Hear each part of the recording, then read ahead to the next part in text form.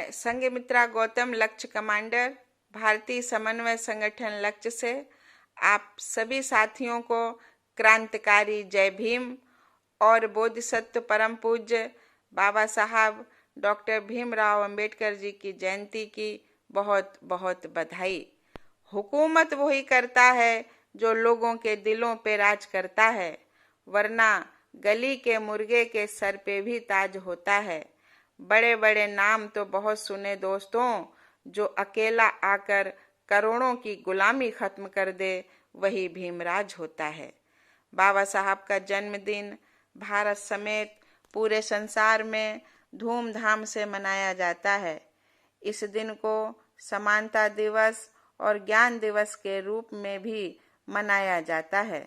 जीवन पर्यंत समानता के लिए संघर्ष करने वाले बाबा साहब समानता और ज्ञान के प्रतीक के रूप में जाने जाते हैं।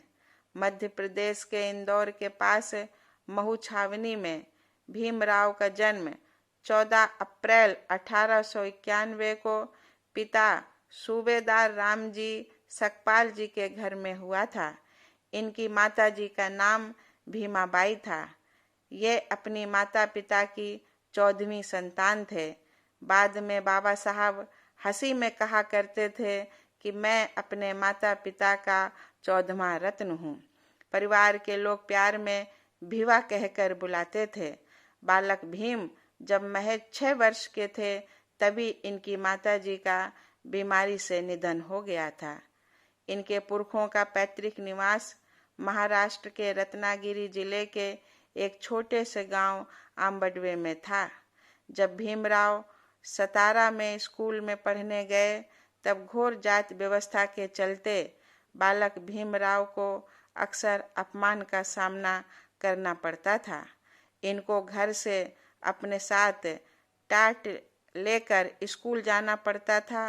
वो क्लास के बाहर बैठकर पढ़ते और प्यास लगने पर स्कूल का चपरासी नल की टोटी खोलता तभी पानी पी सकते थे।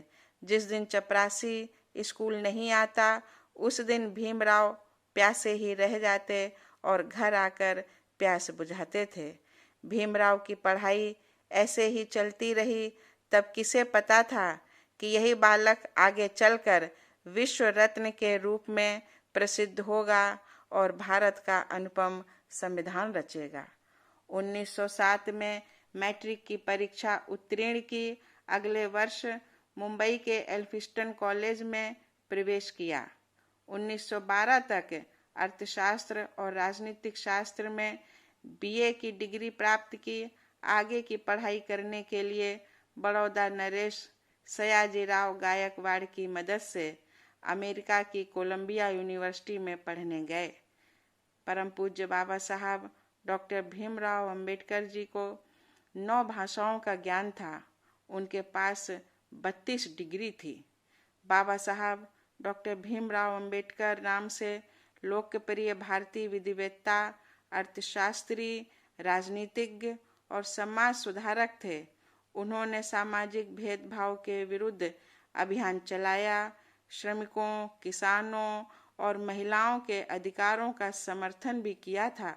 वे स्वतंत्र भारत के प्रथम विधि एवं न्याय मंत्री, भारतीय संविधान के जनक एवं भारत गणराज्य के निर्माताओं में से एक थे। 6 दिसंबर 1956 को वो हम सबको रोता बिलखता छोड़ के चले गए। बाबा साहब के महान कार्यों को स्मरण करते हुए हम उनके प्रति बार बार कृतज्ञता का भाव रखते हैं कि उन्होंने हमें सर उठाकर जीना सिखाया। ऐ बहुजन समाज के भाई बहनों, 14 अप्रैल को अपने घरों को साफ सुथरा करिए, अच्छे पकवान बनाइए और परिवार के साथ मिलकर घर को प्रकाशित कीजिए, लाइटिंग कीजिए, मोमबत्ती जलाइए। आइए हम सब लोग एकजुट होकर के बाबा साहब की जयंती के पावन अवसर पर एक संकल्प भी लें, उनके सपनों को साकार करें और भारत को एक प्रबुद्ध भारत बनाएं। गरज उठे गगन सारा, समंदर छोड़े अपना किनारा, हिल जाए जहान सारा, जब गूंजे जय भीम का नारा। जय भीम, नमो बुद्धाय। धन्यवाद।